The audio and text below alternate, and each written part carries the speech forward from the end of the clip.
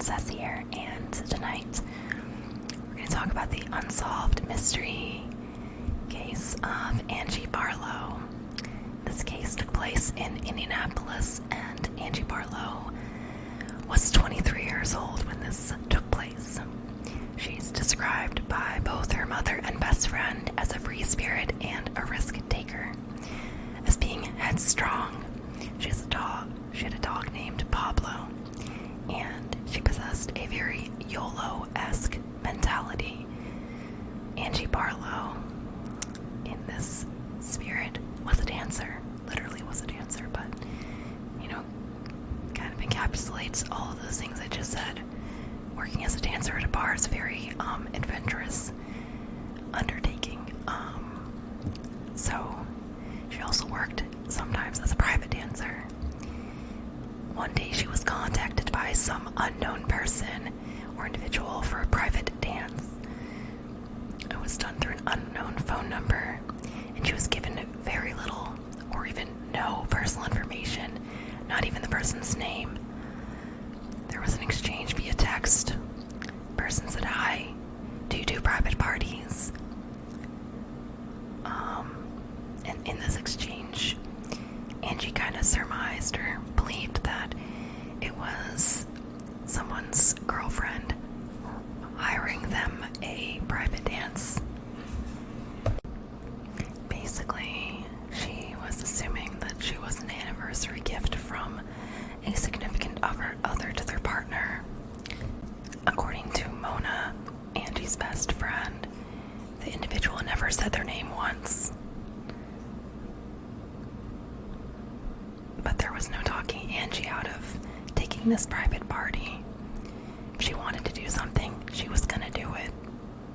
Good or bad. Wise decision or not. But Mona begged her not to take the party because she was sketched out by this whole situation. She's like, really shouldn't do this.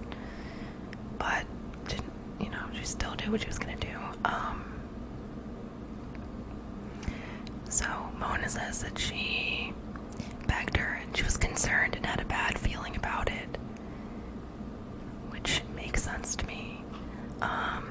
So night of the event, Angie receives a message. "I want our panties and bra to match. Anything black and red?" And then Angie responds, "Yes, I have a couple of black and red outfits!" Exclamation point. This eventually followed up by the address for the private party. She had the wherewithal to text her friend Mona the address of the private party. Said in the text, "This is where I'm going for this private party. Doing a private party at this address, just in case I go missing, lol." Which is not funny since she's dead. So, a 7,000 block of Harcourt at the landmark apartment complex. She screenshots the party address, the haunting message we just talked about. There was a Snapchat where Angie said, doing a private party. She Snapchatted from the bathroom at the house she was in. But then there was complete radio silence after this snap. She did not answer her texts, voicemail, everything went to voicemail. Phone calls just immediately went to voicemail. She wasn't even picking up. She had not been in her apartment. Her dog was not being taken care of. No food or water, which is really nothing like how Angie would behave. Angie loves her dog to pieces. And this was only 17 hours after the Snapchat that she last sent out. So Mona decides to check out the apartment that her friend was last seen in. So Mona tries to use the code, but no one responds at the front. So she ends up climbing over the gate. But when she made it into the house looked like it had been emptied out, cleaned out, just nothing. Just like really sus. So then Mona and Angie's mom filed a missing persons report. Police were able to obtain surveillance for the area, and they were able to see Angie exiting the apartment at 3:30 a.m. and she was being followed by another car. It was described as a spine-tingling sensation, that it was really unlike her to stay out of contact so long.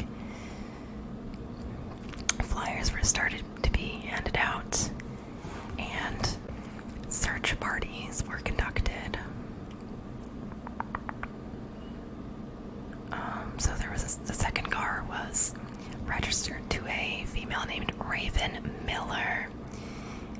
According to authorities, Angie was on really bad terms with Raven. So the party was actually hosted by Raven and Baron McCullough, and she was on bad terms with both of them. She was familiar with both of them from the club that I guess she worked at. And had she realized they were the client in question, she would never have gone. So that doesn't look good. She also at some point had briefly dated Baron. Detective Torres believes she was tricked and set up using this party for some kind of ill will towards her. Someone else answered the door initially to keep her from feeling suspicious at first. Which would also explain her mood being upbeat in her last Snapchat until she'd actually seen whose party it was. Unfortunately, they did not have any evidence or anything substantial to tie the two to her disappearance and could not hold them for questioning. They let the couple go. And not too long after this, the couple goes down. They decide to move to Phoenix, Arizona. It's a little sus. 12 days after she goes missing, her car turns up 8 miles from the apartment she was last seen in. Her normally clean car was a shithole. There are marks on the outside of the car and cracks on the window. Her parents ended up paying for digital billboards throughout the Indianapolis area, stating a reward of $5,000, but no information has come forward. In the months following Angie's disappearance, about $8,000 was mysteriously withdrawn from an account belonging to the missing woman's grandmother, Sharon Barlow. The timing of the crime is of special interest to Indianapolis Metropolitan Police, so it's interesting.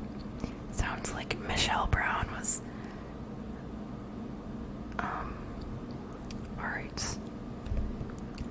Alright, anyways, so forget the Michelle Brown thing I just said. So, her body was eventually found. It was found in the backyard of a home which had been vacant for a while on the 5300 block of East 43rd Street. It was found after 1 p.m. Here they found a shallow grave with her badly decomposed remains. Someone anonymously tipped them off to the location of the body. Tattoos on her body were still visible, which helped them to positively identify her. This home was 10 miles away from the apartment Angie was last seen in. Also, did I mention that one of Baron's family members or relatives had at one point rented this specific home? Authorities are still asking for any information about Angela Barlow's death, and this information can be submitted anonymously to Crime Stoppers USA by calling 1-800-222-TIPS. So if you have anything regarding this case, please share. You never know what any little morsel, any insignificant little thing can do to change a case and help uncover